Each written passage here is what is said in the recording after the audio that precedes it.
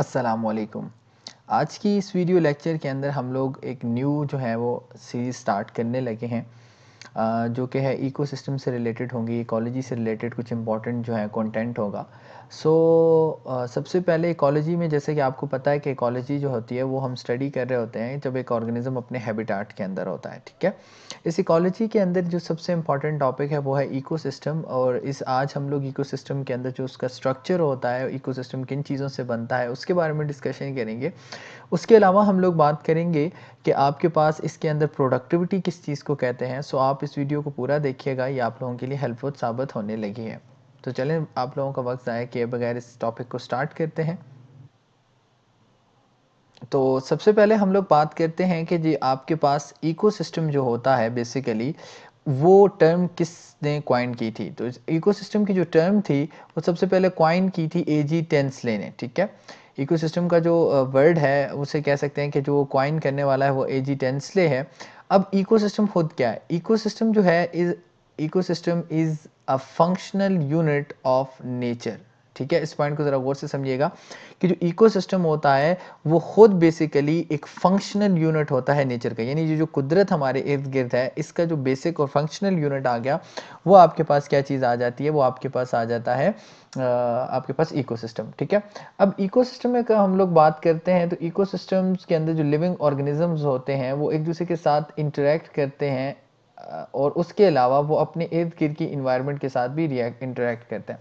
जो स्टेटमेंट लिखी हुई है इसका मतलब ये हुआ कि जो इकोसिस्टम के अंदर सिर्फ ऑर्गेनिजम्स की बात नहीं हो रही, बल्कि क्या हो रहा है, इकोसिस्टम के अंदर जो ऑर्गेनिजम्स होते हैं वो आपस में भी रिएक्ट करते हैं, इंटरेक्ट करते हैं, और इसके अलावा जो उनकी इर्द गिर्द इन्वायरमेंट होती है उसके साथ भी इंटरेक्ट करता है। सो इस पॉइंट को आपने सही से समझना है कि ecosystem doesn't involve only living matter but it also involve the non living component या मैटर कह सकते हैं, ठीक है। अब इकोसिस्टम का जो साइज होता है वो आपके पास वेरीज करता है ग्रेटली, ठीक है। या तो एक छोटे से पॉइंट से लेके एक लार्ज फॉरेस्ट तक हो सकता है, हम लोग इसको कंसीडर कर सकते हैं। यानी इकोसिस्टम का ये है कि इकोसिस्टम एक शॉर्ट सी जगह पे भी हो सकता है, स्मॉल सी जगह पे भी हो सकती है, क्योंकि यूनिट है नेचर का, यूनिट छोटी बड़ी हो सकती है। अगर हम लोग बात करते हैं इसमें इकोलॉजिस्ट जो होते हैं regard the entire biosphere as a global ecosystem. इनके मुताबिक ये जो जितना बायोस्फीयर है, बायोस्फीयर का मतलब है वो तमाम जगह जहाँ पे लिविंग ऑर्गेनिज्म रहते हैं उसे वो इकोसिस्टम कंसीडर करते हैं। यानी ये किससे बना हुआ था? जितने भी लोकल इकोसिस्टम्स हैं उनसे बन के ये पूरा का पूरा आपके पास क्या बनता है, एक ग्लोबल इकोसिस्टम बनता है। यानी इस पॉइंट को याद रखिएगा कि बायोस्फीयर को क्या कहा जाता है, आपके पास ग्लोबल इकोसिस्टम। अच्छा, उसके बाद अगर हम लोग बात करते हैं कि अगर हम स्टडी करें किसके बारे में, इकोसिस्टम के स्ट्रक्चरल लेवल पे, यानी इकोसिस्टम को जो मैंने अभी आपको एक्सप्लेन किया, ये बेसिकली जो यूनिट होती है नेचर की, उसके बेसिक पे समझे तो इसके तीन बेसिक जो है हमने फिनोमेनस को समझना होता है इकोसिस्टम का, यानी अगर उसके स्ट्रक्चर को एक्सप्लेन करते हैं। सबसे पहले इकोसिस्टम के अंदर जो प्रोडक्टिविटी है, मतलब कहाँ से उसके अंदर एक तो मतलब कैसे इंटर होती है एनर्जी के सोर्सेज, या लाइट शेड कैसे इंटर होती है, ये इनपुट कैसे होता है आपके पास किसी भी चीज़ का, वहाँ से स्टार्ट करनी है। उसके अलावा जो होती है वो एनर्जी फिर ट्रांसफ़र कैसे होती है, और उसके बाद जो आउटपुट होता है डिग्रेडेशन एंड एनर्जी लॉस, मतलब इन तीनों बातों का मतलब समझिएगा। एक इकोसिस्टम जो है, एक यूनिट है, उसमें इनपुट क्या चीज़ होती है, उसके अंदर एनर्जी कैसे ट्रांसफ़र होती है, और उसका आउटपुट क्या होता है। इस चीज़ को आप समझ गए। जैसे यहाँ पे इन्होंने एक छोटी सी चीज़ बनाई हुई है कि ग्रास जो है वो आपके पास प्रोड्यूसर होता है, वो ग्रास हॉपर के पास जाता है, फूड चेन के जरिए इन्होंने बताया, और फिर ब्लू बर्ड के पास जाए, फिर स्नेक के पास, फिर ऑल के पास, फिर प्रेडेटर से वापस डिकम्पोजर के पास, और वापस जो है आपके प्रोड्यूसर के पास। तो इन्होंने कहा ये बेसिकली, अगर आपने कहा इन्होंने लिविंग कंपोनेंट के अंदर किस तरीके से जो है एनर्जी जो है वो एक जगह से दूसरी जगह जा रही है, कैसे इसका इनपुट हुआ, कैसे ट्रांसफ़र हुई, और कैसे उसका डिग्रेडेशन के बाद लॉस हुआ। तो ये सारी चीज़ें जो है आपके पास एक स्ट्रक्चर बनाती है इकोसिस्टम का। फिर 3 पॉइंट्स को मैं आप लोगों के साथ शेयर कर देता हूँ। पहली बात मैंने क्या कही, इनपुट क्या है इकोसिस्टम के अंदर, ट्रांसफ़र उसके अंदर एनर्जी कैसे हो रही है, और थर्ड वन मैंने आप लोगों को ये बात बताई कि आपके पास इसकी जो वो होती है डिग्रेडेशन या लॉस किस तरीके से होता है, ठीक है। उसके बाद हम लोग नेक्स्ट मूव करते हैं नेक्स्ट स्लाइड के ऊपर, और फिर देखते हैं कि फर्दर हमारे पास क्या चीज़ें आ जाती हैं।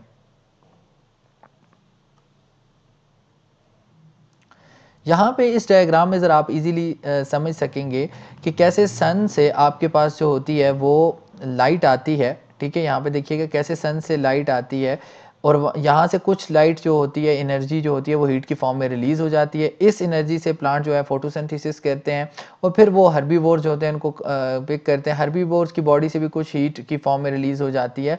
उसके अलावा हर्बीवोर से फर्दर आगे ऑर्गेनिजम्स में, फिर उसके बाद कार्निवोर्स में चली जाती है। कार्निवोर से जो है कुछ एनर्जी जो है हीट की फॉर्म में रिलीज हो रही है और फिर उसके बाद कार्निवोर जब डेड होते हैं तो डिकम्पोजर्स के पास जाती है। डिकम्पोजर से चीज़ें वापस जो है वो आपके पास प्लांट बॉडी के अंदर चली जाती है। तो ये एक स्ट्रक्चर ऑफ इकोसिस्टम है।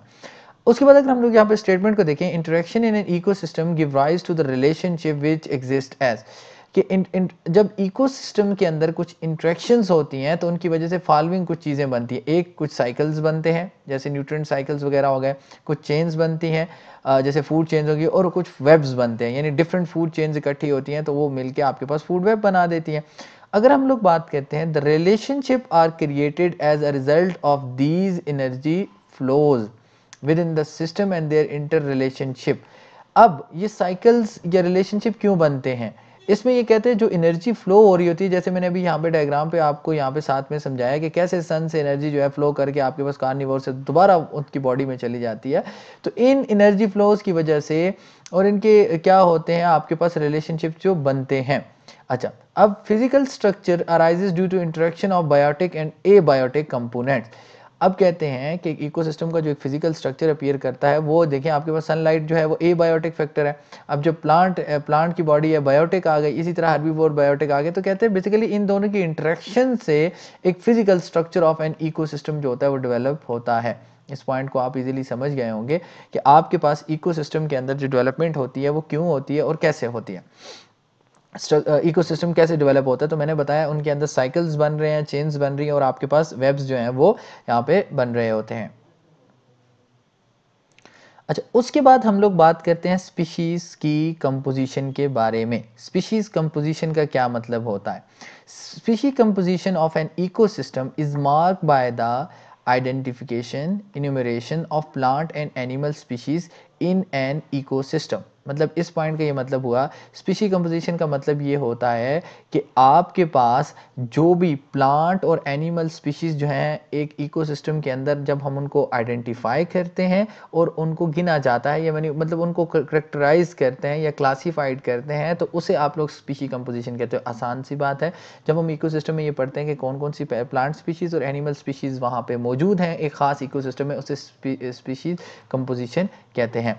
उसमें अगर हम लोग बात करते हैं स्ट्रेटिफिकेशन की, स्ट्रेटिफिकेशन जैसे कि आपको समझना चाहिए, vertical distribution of different species occupying different level. मतलब आपके पास देखें, ग्राउंड लेवल पे ग्राउंड लेयर एक अलहदा बन रही है, उसके बाद श्रब लेयर बन रही है, उसके बाद अंडर स्टोरी लेयर्स बन रही है, कैनोपी लेयर बन रही है, इमर्जेंट लेयर बन रही है। इसका मतलब ये हुआ कि आपके पास जो प्लांट्स की अरेंजमेंट होती है किसी भी इकोसिस्टम में, या किसी भी स्पीशी की अरेंजमेंट होती है किसी भी इकोसिस्टम में, उसे स्ट्रेटिफिकेशन कहते हैं। जैसे लोअर लेवल पे हर्ब्स मिलती हैं, उससे अपर पे श्रब्स मिलती हैं, फिर वुडी श्रब्स भी मिल सकती हैं, फिर अंडर स्टोरी, और इसी तरीके से ये जो अरेंजमेंट हुई हुई है मतलब ऊपर से लेके नीचे तक, इसे आप स्ट्रेटिफिकेशन कहते हैं और ये आपके पास इकोसिस्टम के स्ट्रक्चर में पाई जाती है। एग्जाम्पल में जैसे बात लिखी हुई है, trees occupies top vertical strata of the forest, shrubs the second and herbs the third and grasses occupied the bottom layer। ठीक है, अब इन्होंने यही बात कहा, ट्री जो होता है सबसे ऊपर होती है, लेयर होती है, ठीक है, श्रब सेकंड पे होती है, और हर्ब्स और ग्रासेस जो होती हैं वो सबसे लोअर वाली जो आपके पास लेयर्स होती हैं उनको ऑक्युपाई करती हैं। सो ये तीनों चीज़ें आप अच्छे से समझ के होंगे। अच्छा, अब हम लोग जो स्ट्रक्चर ऑफ इकोसिस्टम में पढ़ेंगे वो क्या क्या चीज़ें पढ़ेंगे, उसमें हम लोग बात करते हैं सबसे पहले जो इसके कंपोनेंट होंगे इकोसिस्टम में, इसमें हम लोग पढ़ेंगे प्रोडक्टिविटी के बारे में, डिकम्पोजिशन के बारे में, एनर्जी फ्लो के बारे में और न्यूट्रिएंट साइक्लिंग के बारे में पढ़ेंगे। अच्छा, सबसे पहले हम लोग बात करते हैं टाइप ऑफ इकोसिस्टम के बारे में कि इकोसिस्टम की कौन कौन सी टाइप्स होती हैं। इकोसिस्टम में बी नेचुरल या हमारे पास आर्टिफिशियल भी हो सकता है। नेचुरल इकोसिस्टम वो होता है जो हमारे पास कुदरती तौर पे मौजूद होता है। अब नेचुरल इकोसिस्टम को भी फर्दर दो बेसिक कैटेगरीज में जो है वो डिवाइड किया गया है। सबसे पहली है टेरेस्ट्रियल इकोसिस्टम, यानी जो खुश्की पे पाए जाते हैं, जिसकी एग्जांपल आ गई फॉरेस्ट, ग्रासलैंड, ट्री, डेजर्ट और डेजर्ट का इकोसिस्टम वगैरह आ गया। और एक्वेटिक्स इकोसिस्टम में कौन से होते हैं? एक्वेटिक इकोसिस्टम वो होते हैं जो कि वाटर पे पाए जाते हैं। अब वाटर के अंदर इनको फर्दर दो उनमें तकसीम किया गया है। एक को लेंटिक इकोसिस्टम कहते हैं जहाँ पे स्टेगनेंट फ्रेश वाटर होता है, ये रुका हुआ फ्रेश वाटर, जैसे लेक आ गई, पौंड आ गई और आपके पास स्वैम्प आ गया। और लोएटिक इकोसिस्टम हो गया कि रनिंग फ्रेश वाटर जो होता है आपके पास, उस पे जो इकोसिस्टम मौजूद होता है। तो पॉइंट समझे हैं कि इकोसिस्टम्स की टाइप्स में नेचुरल और आर्टिफिशियल आ गई। नेचुरल को फर्दर अगर हम लोगों ने बात की तो दो बेसिक कैटेगरी में ये डिवाइड हुए होते हैं, और जिसमें टेरेस्ट्रियल इकोसिस्टम आ गया और एक्वेटिक इकोसिस्टम आ गया। अब उसके बाद लेंटिक इकोसिस्टम, टेरेस्ट्रियल में हम लोगों ने बात की ली ग्रास लैंड के बारे में, ट्री के बारे में और डेजर्ट के बारे में, जबकि लेंटिक इकोसिस्टम एक्वेटिक इकोसिस्टम में हम लोगों ने बात की ये फर्दर दो टाइप्स की आ गई, जिसमें लेंटिक इकोसिस्टम आ गया और आपके पास लोएटिक इकोसिस्टम आ गया। लेंटिक इकोसिस्टम जब फ्रेश वाटर जो होता है वो स्टैग्नेंट होता है, और लोएटिक इकोसिस्टम के अंदर जो होता है वो आपके पास ये रनिंग वाटर होता है।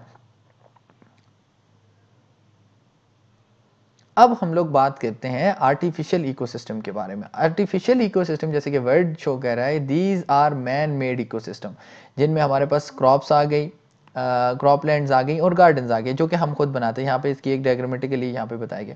अब इनके साइज की बेस पे और टाइप्स की इकोसिस्टम पे अगर हम लोग बात करते हैं, मेगा इकोसिस्टम, ठीक है, आर्टिफिशियल का है जिसमें ओशन और सी आ गए हैं। माइक्रो इकोसिस्टम जो फॉरेस्ट वगैरह आ गए हैं, हमने इसके अलग वाली बात की है, साइज़ की बेस पे हम इनको क्लासिफाई करें। आर्टिफिशियल के अंदर तो मैंने बता दिया जैसे क्रॉप और गार्डन्स हैं।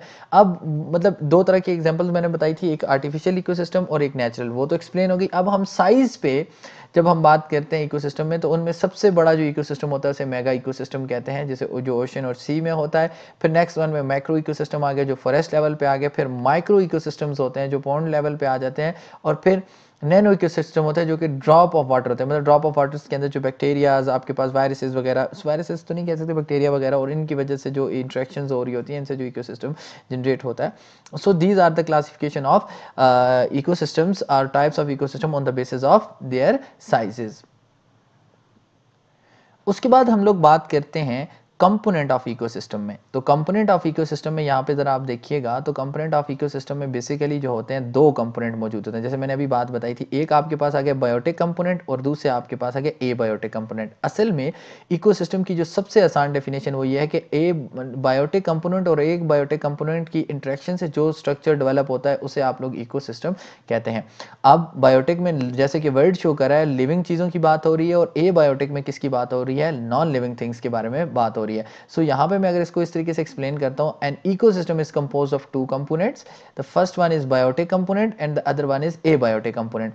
अब बायोटिक कंपोनेंट्स की अगर हम लोग बात करते हैं, it is made up of many different interdependent population, यानी किससे बना होता है, डिफरेंट इंटरडिपेंडेंट पॉपुलेशन की वजह से बना होता है, जिसमें प्लांट्स हो सकते हैं, एनिमल्स हो सकते हैं, माइक्रोब्स हो सकते हैं, एटसेट्रा हो सकते हैं। पॉइंट ये समझिएगा कि आपके पास इसमें लिविंग कंपोनेंट्स की बात हो रही है। अब लिविंग कंपोनेंट्स जो हैं वो फर्दर डिवाइड हुए हुए हैं, जिसमें प्रोड्यूसर्स हो सकते हैं जो चीज़ों को प्रोड्यूस करते हैं, जैसे कि प्लांट्स आ गए। फिर कंज्यूमर्स में हम ह्यूमंस और एनिमल्स आ जाते हैं, डिफरेंट टाइप्स ऑफ कंज्यूमर। और फिर आपके पास डीकम्पोजर। यहाँ पे जरा आप डायग्राम में भी देख लीजिएगा, बायोटिक कंपोनेंट्स में सबसे पहले आ गया प्रोड्यूसर जो किसी चीज़ को बनाते हैं, फिर आ गया कंज्यूमर जो उसको कंज्यूम करते हैं, और लास्ट में डीकम्पोजर आ गया। ये तीनों लिविंग हैं, लिविंग कंपोनेंट्स हैं। अब कंज्यूमर में दो तरह के होते हैं, प्राइमरी कंज्यूमर, सेकेंडरी कंज्यूमर, और आपके पास टर्शरी कंज्यूमर। अच्छा, इसमें एबायोटिक कंपोनेंट्स की अगर हम लोग बात करते हैं, तो हमारे पास जो एबायोटिक कंपोनेंट यहाँ पे आ जाते हैं, वो आपके पास एयर आ जाती है, ठीक है, आपके पास वाटर आ जाता है, आपके पास विंड आ जाती है, सॉइल आ जाती है, और उसके अलावा टेम्परेचर और रेनफॉल यहाँ पे आ जाती है, ठीक है। जैसे कि हमने अभी कंपोनेंट्स के बारे में बात की है, तो अभी हम स्टार्ट करते हैं आपके पास कि सबसे पहला जो कंपोनेंट इसका होता है वो आपके पास आ जाता है प्रोड्यूसर। तो अब प्रोड्यूसर्स के बारे में हम लोग बात करते हैं, तो all autotrophs of an ecosystems are called producers. Autotroph का आपको पता है, जो अपनी खुराक खुद बना लेते हैं, वो आपके पास प्रोड्यूसर्स कहलाते हैं, किसके, इकोसिस्टम के, ठीक है। उसके बाद अगर हम लोग बात करें, the green plants are the main producer. इनमें जो ग्रीन प्लांट्स होते हैं वो आपके पास मेन प्रोड्यूसर होते हैं। Producers are generally chlorophyll bearing organisms which produce their own food by the process of photosynthesis in which they observe solar energy and convert it to chemical energy। ये एक basic simple सी चीज़ है कि producers के अंदर chlorophyll मौजूद होता है, और उस क्लोरोफिल की मदद से वो क्या करते हैं, आपके पास अपनी खुराक खुद बनाते हैं एक प्रोसेस करके, जिसे फोटोसिंथेसिस कहते हैं। फोटोसिंथेसिस में आपकी जो सोलर एनर्जी होती है वो कन्वर्ट हो जाती है किसमें, केमिकल एनर्जी में। सो इनको कभी कभी ट्रांसड्यूसर्स भी और कन्वर्टर्स भी कहा जाता है। यहाँ तक इस पॉइंट को आप इजीली समझ जाएं। ये तो सिंपल सी चीज़ है, ये मोस्टली आप लोगों को पता भी होगा, इसको हमने just for the sake of convenience यहाँ पे डिस्कस कर लिया। अच्छा, अब इन प्रोड्यूसर्स के थ्रू एक्चुअल में होता क्या है, आपके पास जो एनर्जी होती है वो इंटर हो जाती है किसके अंदर, इकोसिस्टम के अंदर। किसकी मदद से, प्रोड्यूसर्स की मदद। जैसे मैंने पहले बताया था इनपुट होना चाहिए पहले, तो ये एनर्जी कौन इंड्यूस कर रहा है, वो आपके पास प्रोड्यूसर्स कर रहे हैं। अब जो सोलर एनर्जी होती है, the solar energy is the only ultimate source of energy in the ecosystem. ये आपके पास जो सन से एनर्जी होती है यही सिर्फ अल्टीमेट सोर्स होता है बाहर से किसी चीज़ का, हमारे जो इन्वायरमेंट है या हमारा जो इकोसिस्टम है उसके अंदर इंटर होने का। This energy is available for the remaining living organisms. ये एनर्जी जो होती है बाकी तमाम ऑर्गेनिजम्स के लिए अवेलेबल हो सकती है। Other examples of producers are chemoautotrophs, यानी इस एनर्जी के अलावा कुछ ऐसे होते हैं कि जो कि आयरन सल्फर बैक्टीरिया होते हैं, जो कि और नाइट्रीफाइंग बैक्टीरिया होते हैं, जो कि केमिकल्स की मदद से फूड को जनरेट करते हैं। और उसमें कुछ फाइटोप्लैंक्टन हो जाते हैं in an aquatic ecosystem. Rooting plants called phytoplanktons are the major autotrophs. और कुछ फाइटोप्लैंक्टन जो कि एक्वेटिक इकोसिस्टम्स के अंदर होते हैं वो भी आपके पास प्रोड्यूसर्स की एक, हम लोग कह सकते हैं, या आपके पास मेजर ऑटोट्रॉफ्स की एक एग्जाम्पल आ जाती हैं। उसके बाद हम लोग एक सेकंड कंपोनेंट की बात करते हैं जिसे कंज्यूमर्स कहा जाता है। तो जितने भी हीट्रोट्राफ्स होते हैं इकोसिस्टम्स के अंदर वो कंज्यूमर्स होते हैं। किस चीज़ को कंज्यूम करते हैं, जो कि आपके पास जो प्रोड्यूसर्स ने प्रोड्यूस की हुई होती है। तो यहाँ पे अगर हम लोग बात करते हैं, इनके अंदर हमारे पास माइक्रो ऑर्गेनिजम्स भी आ सकते हैं। ये डिपेंड किस पे करते हैं, प्रोड्यूसर्स पे, फूड के लिए। यहाँ पे कुछ कंज्यूमर्स के आपके पास शेप्स बनाई गई हैं। जैसे देखें आपके पास ये कैसे जो है एक गोट जो है वो पत्ते खा रही है, फिर ये इसका इंतज़ार कर रहा है कि ये वो उसको खाए और फिर ये इसको कंज्यूम कर ले।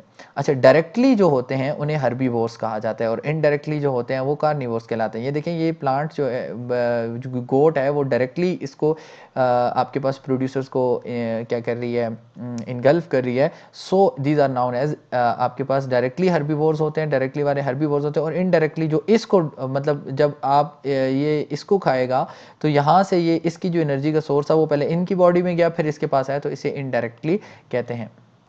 सो ये आपने याद रखना है कि डायरेक्टली भी कुछ कंज्यूमर्स होते हैं और इनडायरेक्टली भी कुछ कंज्यूमर्स आपके पास आ जाते हैं। और ऑन अ फनी नोट, मुझे लगता है इस बेचारे को कुछ नहीं मिला अभी, डायरेक्टली कंज्यूमर भी नहीं मिला। So that's why either he is resting, wait कर रहा है कि कुछ मिले, या फिर थक चुके हैं या खा चुके हैं, कोई एक हो सकता है। चलें, ये तो ऑन अ फनी नोट पे बात थी। हम फर्दर अगर यहाँ पे बात करते हैं कंज्यूमर्स की, जो आपके पास टाइप्स होती हैं, यहाँ पे टाइप्स जो होती है कंज्यूमर्स की, एक मैक्रो कंज्यूमर होता है और एक माइक्रो कंज्यूमर होता है। अच्छा, मैक्रो कंज्यूमर्स जो होते हैं इन्हें फेगोट्रॉफ्स या होलोजोइक भी कहते हैं। ये क्या करते हैं, इनमें क्या होता है कि ये ingestions take place and then digestion occur. यानी ये क्या करते हैं कि पूरा का पूरा जो है, अगर हम लोग बात करते हैं ऑर्गेनिज्म को डायरेक्टली जो है इंजेस्ट कर लेते हैं। मतलब ये प्राइमरी जो आपके पास कंज्यूमर है ये क्या करता है, मैक्रो कंज्यूमर, ये इंजेक्शन करता है और उसके बाद डाइजेशन कर देता है सिंपली। जबकि माइक्रो कंज्यूमर्स होते हैं includes decomposer, mostly microscopic bacteria, fungi that feeds on debris left behind the scavengers and recycle the nutrient back into the atmosphere. यानी इस केस में क्या है, माइक्रो वाले जो हैं वो छोटे कंज्यूमर्स हैं, मतलब आपके पास जैसे बैक्टीरिया आ गए, आपके पास फंजाई वगैरह आ गए जो डेब्रिस पे फीड करते हैं। लेकिन जो मैक्रो होते हैं जिन्हें फेगोट्रॉफ्स कहते हैं या होलोजोइक्स कहते हैं, ये थोड़े लार्ज इन साइज होते हैं और ये डायरेक्टली आपके पास क्या करते हैं, लिविंग ऑर्गेनिजम्स को ही इंजेस्ट कर लेते हैं। सो ये दो आपने याद रखें, मैक्रो कंज्यूमर्स जो कि इंजेक्शन करते हैं उसके बाद डाइजेशन करते हैं, और जबकि माइक्रो कंज्यूमर जो कि डेड्स को ही क्या करते हैं, फीड करते हैं मोस्टली, और वहाँ से कुछ न्यूट्रिएंट्स को रिसाइकल्स भी कर देते हैं। अगर आप यहाँ पे देखें तो सबसे नीचे आपके पास यहाँ पे प्रोड्यूसर्स आ जाते हैं, ठीक है। ये नीचे देखें आप, प्रोड्यूसर आ रहे हैं यहाँ पे, इधर से एनर्जी ट्रांसफ़र हुई तो आपके पास प्राइमरी कंज्यूमर्स आ गए, यहाँ से कुछ एनर्जी जो होती है वो लास्ट भी हो जाती है इनकी बॉडी से, इस सरफेस से भी कुछ एनर्जी लास्ट हो रही है। अब प्राइमरी के बाद सेकेंडरी कंज्यूमर्स आ गए, सेकेंडरी के बाद टर्शरी कंज्यूमर आ गए। इनको किस बेस पे कहा गया है, देखिए ये टर्शरी जो होते हैं वो इनडायरेक्ट हैं आपके पास मेन सोर्स से, सेकेंडरी भी इनडायरेक्ट है मेन सोर्स से, जबकि प्राइमरी कंज्यूमर्स जो होते हैं वो डायरेक्टली यहाँ पे आपके पास जो इनको कंटेंट चाहिए होता है उस तक एक्सेस हासिल कर लेते हैं। इसके बाद अगर हम लोग बात करते हैं यहाँ पे नोट्स की तरफ आते हैं, तो आप कहते हैं माइक्रो कंज्यूमर मैंने बता दिया था डायरेक्टली इंजेक्शन टेक में। अच्छा, माइक्रो कंज्यूमर्स दो तरह के होते हैं, एक को प्राइमरी कंज्यूमर्स कहा जाता है, एक को सेकेंडरी कंज्यूमर कहा जाता है। जो मैंने अभी बात की प्राइमरी कंज्यूमर, दीज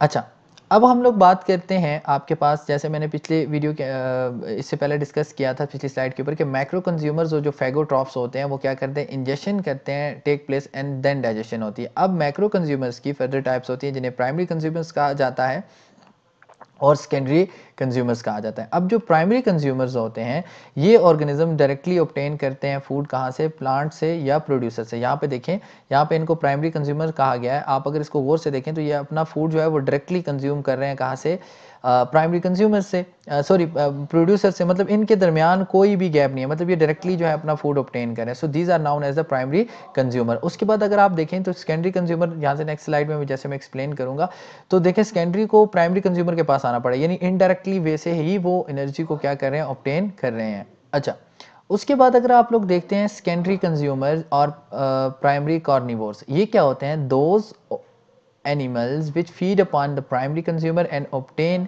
फूड, मतलब जो प्राइमरी कंज्यूमर्स पे फीड करते हैं और ऑब्टेन करते हैं फूड को, these carnivores which kill and eat the herbivores are called predators. ऐसे कार्निवोर्स जो कि ईट करते हैं और किल करते हैं हर्बीवोर्स को, उन्हें प्रीडेटर्स भी कहा जाता है। यहाँ पे आप ये चीज़ देख सकते हैं कि secondary consumers are actually eating the primary consumer. अच्छा, कंज्यूमर्स को ऑलरेडी क्या कहा जाता है, सेकेंडरी प्रोड्यूसर्स भी कहा जाता है, as the synthesize the complex materials in the cells by digesting of food which is obtained from the plant. मतलब ये क्या करते हैं कि कुछ नए कंपोनेंट्स बना देते हैं, ऐसे कम्प्लेक्स मटेरियल भी बनाते हैं। सेकेंडरी प्रोड्यूसर्स क्यों कहा जाता है, क्योंकि ये कुछ ऐसे कम्प्लेक्स मटेरियल बनाते हैं अपने सेल्स के अंदर जब वो फूड को डाइजेस्ट कर लेते हैं। सो इन दिस केस कहा जा सकता है कंज्यूमर्स को सेकेंडरी प्रोड्यूसर्स भी कहा जाता है। उसके बाद हम लोग बात करते हैं आपके पास जो स्कैवेंजर्स होते हैं। अब स्कैवेंजर्स जो है वो सेकेंडरी कंज्यूमर से भी ऊपर वाली कैटेगरी में शामिल हो जाते हैं। ये वो ऑर्गेनिजम्स होते हैं जो कि कम्प्लीटली डिपेंड करते हैं किस पे, डेड एनिमल्स पे। These animal organisms which completely depends on dead animals, जिसमें वल्चर, क्रो और फॉक्स आ गए। यहाँ पे एक मैंने एग्जाम्पल में भी डाल दिया। They are not the examples of predators, ठीक है। All predators are carnivore but vice versa is not true. उसके बाद नेक्स्ट चीज़ हम लोग बात करते हैं, मतलब कुछ चीज़ें बस आप ये समझ लें कि ये आपके पास किस पे फीड कर रहे होते हैं, आपके पास डेड एनिमल्स पे जो है वो फीड कर रहे होते हैं। Plant parasites are also are known as primary consumer while animal parasites are known as secondary consumer. जो प्लांट के पैरासाइट्स होते हैं उन्हें प्राइमरी कंज्यूमर कहा जाता है, जो एनिमल के पैरासाइट होते हैं उन्हें सेकेंडरी कंज्यूमर कहा जाता है। उसके बाद insectivorous plants play the double role, producer as well as secondary consumer. कुछ इंसेक्टिफोरस प्लांट्स होते हैं जो कि फीड कर रहे होते हैं किसके ऊपर, आपके पास इंसेक्ट्स के ऊपर। वो खुद फोटोसिंथेसिस भी कर रहे होते हैं और साथ साथ फीड भी कर रहे हैं, तो दोनों फंक्शन वो परफॉर्म कर रहे होते हैं। और वो आपके पास कौन से प्लांट्स होते हैं, इंसेक्टिफोरस प्लांट्स। उसके बाद अगर हम लोग बात करते हैं तो हमारे पास टॉप कंज्यूमर्स या टर्शरी कंज्यूमर्स की बात करते हैं। Those animal which kill other animals and eat them but are not killed or eaten by other animals in nature are called tertiary consumer. मतलब ये क्या हुआ कि आपके पास ये वो हैं जो सबसे हायर कैटेगरीज में आते हैं और ये क्या करते हैं, दूसरे ऑर्गेनिजम्स को किल करते हैं और वहाँ से फूड को हासिल करते हैं। ये कुछ चीज़ें ऐसी हैं कि जो आपको बेसिक्स पता होंगी, लेकिन just for the sake today's lecture हम लोगों ने ये चीज़ें आज डिस्कस करनी है क्योंकि ये कंपोनेंट्स में शामिल होते हैं। उसके बाद माइक्रो कंज्यूमर्स और डीकम्पोजर या स्कैवेंजर्स जो होते हैं उसमें ऑस्मोट्रॉफ्स जो होते हैं वो दो living organism which decompose the dead body of producer and consumer. Osmotrophs क्या हैं, जो कि डीकम्पोज करते हैं किसकी बॉडी को, डेड बॉडी कंज्यूमर या प्रोड्यूसर की। The main decomposer in the ecosystems जो होते हैं वो आपके पास बैक्टीरिया और साथ में फंजाई आ जाती है। They play significant role in mineral cycle. ये किस काम में मेन रोल अदा करते हैं, किसमें, मिनरल साइकिल में बहुत ज़्यादा इंपॉर्टेंट रोल जो है वो अदा करते हैं। अब लास्ट में हम लोग बात कर लेते हैं एबायोटिक कंपोनेंट्स के बारे में। जैसे मैंने कहा तो एबायोटिक कंपोनेंट में इनऑर्गेनिक सब्सटेंसेस आ जाते हैं, ऑर्गेनिक सब्सटेंसेस आ जाते हैं, एटमॉस्फेरिक फैक्टर्स आ जाते हैं। इनको हम लोग डिटेल्स में डिस्कस करेंगे। एबायोटिक फैक्टर्स में ये देखें, विंड वगैरह आ गई, सनलाइट आ गई, सॉइल आ गई, टेम्परेचर आ गया, एटमॉस्फेयर आ गया और आपके पास वाटर आ जाता है। Inorganic substance such as serves as raw material for plant, सच में फॉस्फोरस हो गया आपके पास, हम लोग कहते हैं ये डिफरेंट किस्म के मिनरल्स जो होते हैं, कार्बन डाइऑक्साइड, नाइट्रोजन डाइऑक्साइड, अगर हम लोग बात करते हैं मैग्नीशियम वगैरह आ गए, ये सारी चीज़ें जो है आपके पास मटेरियल के लिए यूज़ होती हैं, रॉ मटेरियल्स में यूज़ होती हैं और ये बाज़ औक़ात प्लांट के स्ट्रक्चर वगैरह बनाने में भी हेल्प करती हैं।